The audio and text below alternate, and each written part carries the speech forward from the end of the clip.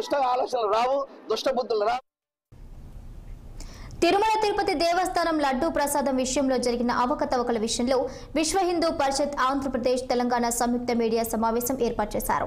ఈ సందర్భంగా కేసిరెడ్డి ఆసక్తికర వ్యాఖ్యలు చేశారు. గత 4 రోజులుగా ప్రపంచవ్యాప్తంగా తిరుమలలో ప్రసాదం కల్తీ జరిగిందని, హిందువుల మనోభావాలు దెబ్బతిన్నాయని తెలిపారు. జూలై 19 నివేదిక వచ్చిందని చెప్తున్నారని, జంతువులకు ప్రసాదంలో కల్తీ జరిగిందని వార్తలు నిజమేనని తేలిందని, కానీ ఇప్పటికీ లడ్డూ ప్రసాదాన్ని కల్తీ జరగకుండా చర్యలు తీసుకున్నామని ప్రకటన ప్రభుత్వం నుండి వెలువడలేదని తెలిపారు. ఇక ఫాస్ట్ ట్రాక్ కోర్టుల ద్వారా జ్యుడిషియల్ ఎంక్వైరీ వేసి దోషులను శిక్షించాలని డిమాండ్ చేశారు.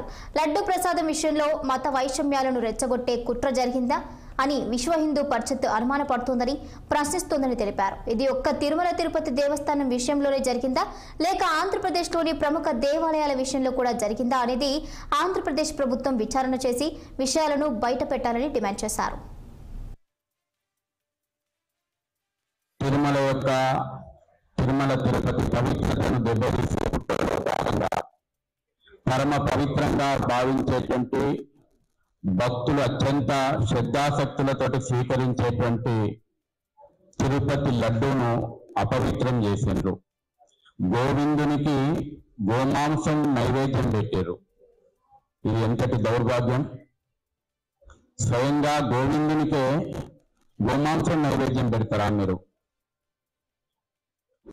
నాటి ముఖ్యమంత్రి జగన్మోహన్ రెడ్డిని, వైవి సుబ్బారెడ్డిని, కరుణాకర్ రెడ్డిని, గత అనేక సంవత్సరాలుగా ఈఓగా వ్యవహరించినటువంటి ధర్మారెడ్డిని, గత పాలక మండలి సభ్యులను అందరినీ మూకుమ్మడిగా నది రోడ్డు మీద ఉరిదీయాలనేంత కసి కోపాన్ని భక్తుల వల్ల డిమాండ్ చేస్తా ఉన్నారు.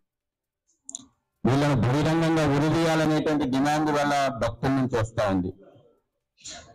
వెంటనే అరెస్ట్ చేయాల.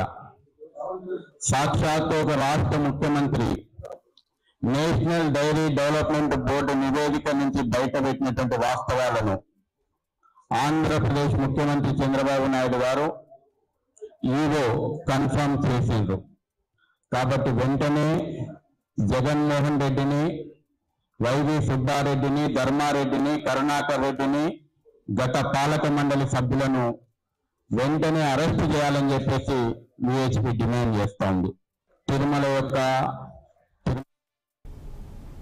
తిరుమల ప్రసాదం కల్తీ జరిగిందన్న ఆరోపణల నేపథ్యంలో